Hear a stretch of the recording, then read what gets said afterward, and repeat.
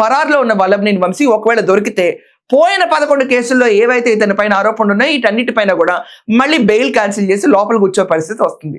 ఇంతైనా Vallabhaneni Vamsi treatment అని అతని కింద బాధింపబడ్డ అందరూ అనుకున్న వాళ్ళకి శుభతరుణం. 2026లో ఇతను అరెస్ట్ చేయడం ఖాయం. దొరికిన వెంటనే ఇతన్ని కటకటాలని మళ్ళీ తోయించే పరిస్థితి. సో గన్నవరంలో ఇప్పుడు వైకాపా నుంచి నుంచున్న వల్లభనేని వంశీ లేకుండా జైల్లోనే మగ్గుతూ ఉంటాడు. ఒక క్యాడర్ కి ఒక ఆ జోన్ ఆఫ్ పీపుల్ ఉన్నారు చూడండి, లీడర్స్. జగన్మోహన్ రెడ్డికి ఆయుధాల కింద పనికొచ్చిన కొంతమంది బాణాలు ఉన్నాయి చూడండి, అప్పట్లో వాడాడు జనాల మీదకి. ఆ బాణంలో మొదటి బాణం ఇతను వేశారు, మళ్ళీ రెండోసారి వెళ్ళబోతున్నాడు. కానీ ఇప్పుడు వింటున్న వార్తల ప్రకారం ఇంకా సంచలనం ఏంటంటే సంక్రాంతి తర్వాత ఇమ్మీడియట్ గా మనం అబ్జర్వ్ చేస్తే కొడాల వెంకటేశ్వరరావు, పేరెన్ నాని పైన కూడా అరెస్టులు జరగచ్చు.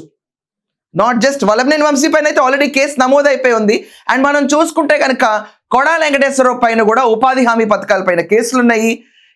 జగనన్న ఇళ్ల కాలనీలోకి వాటి గురించి కూడా కేసులు ఉన్నాయి, మట్టి తవ్వేతల గురించి. అండ్ ఇతనికి యాంటిసిపేటరీ బెయిల్ ఒక్క కేసు మీద వచ్చింది, నారా భువనేశ్వర్ గారు అన్న మాటల పైన.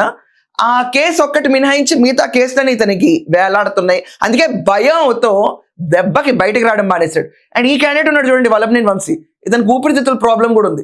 ఈ చలికాలంలో నా ఊపిరితిత్తులతో నేను ఎక్కడ ఉంటానని చెప్పి ఈ క్యాండిడేట్ పారిపోవడానికి అర్థం ఉంది. ఎందుకంటే ఇతనికి ఊపిరితిత్తులు పనిచేయమని లాస్ట్ టైమే చెప్పారు. సో ఊపిరితిత్తులు పనిచేయలేదు, సొంతంగా గాలి తీసుకునే వల్లభనేని వంశీకి ఎంత ధైర్యం.